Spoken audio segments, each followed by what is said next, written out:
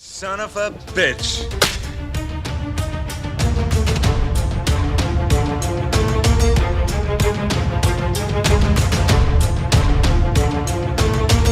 Groovy.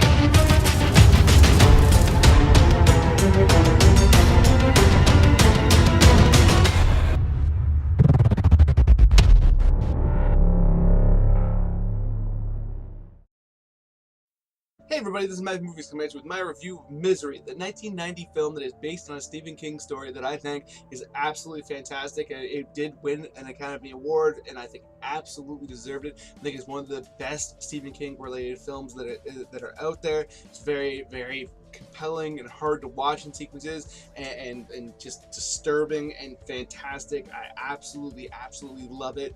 For those of you who have not seen it, you have a character played by James Caan, who is a famous writer who has this tradition where he goes off into a cabin to write his books, and he goes off to this cabin to write his book, and as he's driving to or from, he gets into a horrible car accident that has him at the side of the road upside down, and he happens to have Annie Wilkes, a character played by Kathy Bates, come and save him, and she turns out to be his biggest fan in the world and is so devoted to his writing, and she takes him into her home I should say, in order to nurse him back to health. And at the beginning of the film, she explains to him that the roads are out, and that once he's back in good health, that she'll take him back. But as the film progresses, you find out that maybe she's not all she is cracked up to be, and that he may not be there of his own free will, and he's been devastated by these injuries, and she has him in her bed, and she tells him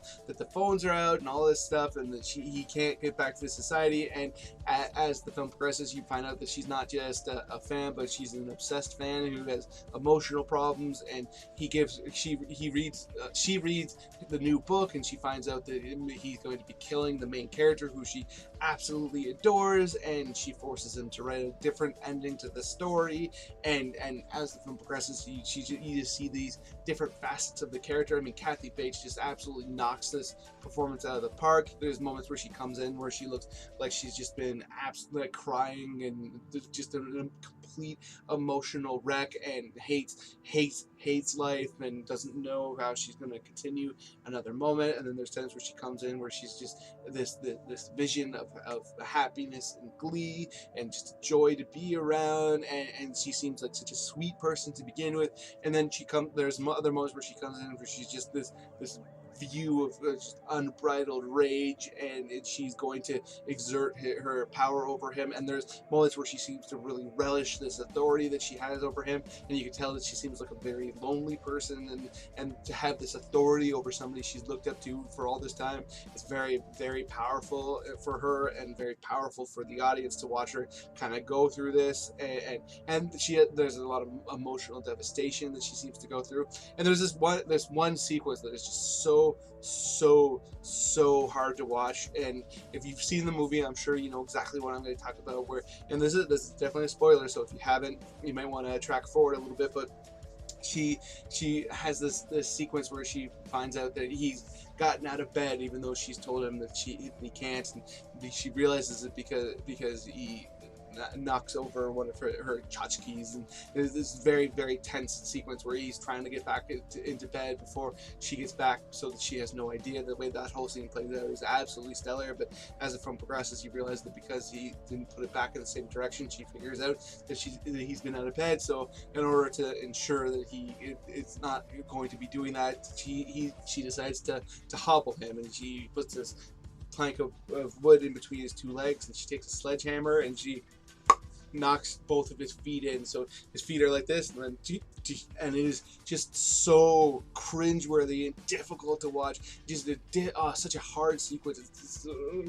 Even thinking about it, it just really gets to your core. And when you're watching it, I mean, and the funny thing too is, if you've read the book, as I have, in the book she does not hobble him. Instead, she amputates his feet, and obviously that is a lot worse because his feet are just absolutely gone. There's never going to be any way to repair compare them in any way, shape, or form, and all that. But if you ask me, if they'd gone with the original version, which they didn't because they thought it was too grisly, I actually think that would have been a lot easier to watch, because as a film goer, you're used to people having limbs taken off or whatever. You're used to blood, you're used to violence, but to actually just see that those feet just, I mean, it's just so difficult to watch. I mean, I think the chemistry between these two actors is absolutely stellar. I mean, obviously throughout much of the film, there's a fear dynamic between the two of them, and there's this kind of cat and mouse element where he's playing her and she's playing him. There's not a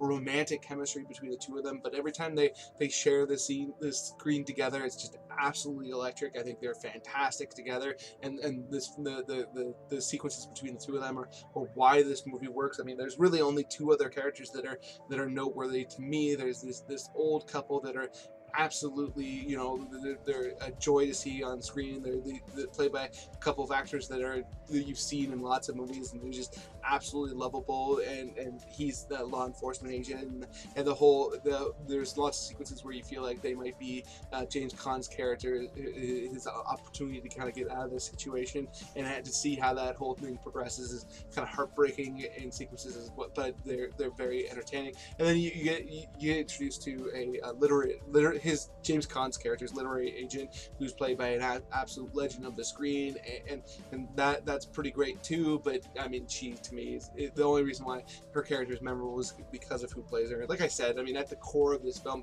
you have the relationship between James Caan and Kathy Bates. I mean, this movie absolutely belongs to the two of them, and Kathy Bates won the Oscar for this, and I couldn't have been more happy that that's the case. I think it's an absolute shame that she doesn't get more roles that are stellar like this one. I mean, obviously she's aged a lot since then. It's been 27 years, but she's still an absolutely fantastic actress. She's popped up in a few shows of late, but she usually doesn't get the type of juicy roles that she could really bite into, because she is older and she is overweight. But I think that's just an absolute shame, because she is one of the best actors of her generation, and I just wish she'd gotten more roles of this caliber, because I think she's fantastic. And you have a lot of actors that are old and get roles that they can bite into, and she should as well, because she absolutely has the skills to pull them off and deserves it. It is entertaining on film. So those are my thoughts on Misery. Let me know in the comment section below what you think. If you're a fan, if you hated it, if you think it's overrated, underrated. I mean, even as I say that, I just don't understand how anybody can hate this movie. It's just so great. Other than that, though, hit that like button, hit that share button. It makes it much more likely that other people will come check out this review and let me know what they think. And please, if you haven't done it yet, or you're new to this channel, please hit subscribe, hit that notification bell. That way you can find out when I put out a new video. Come and check it out and give me your feedback. Other than that, have yourself a good day.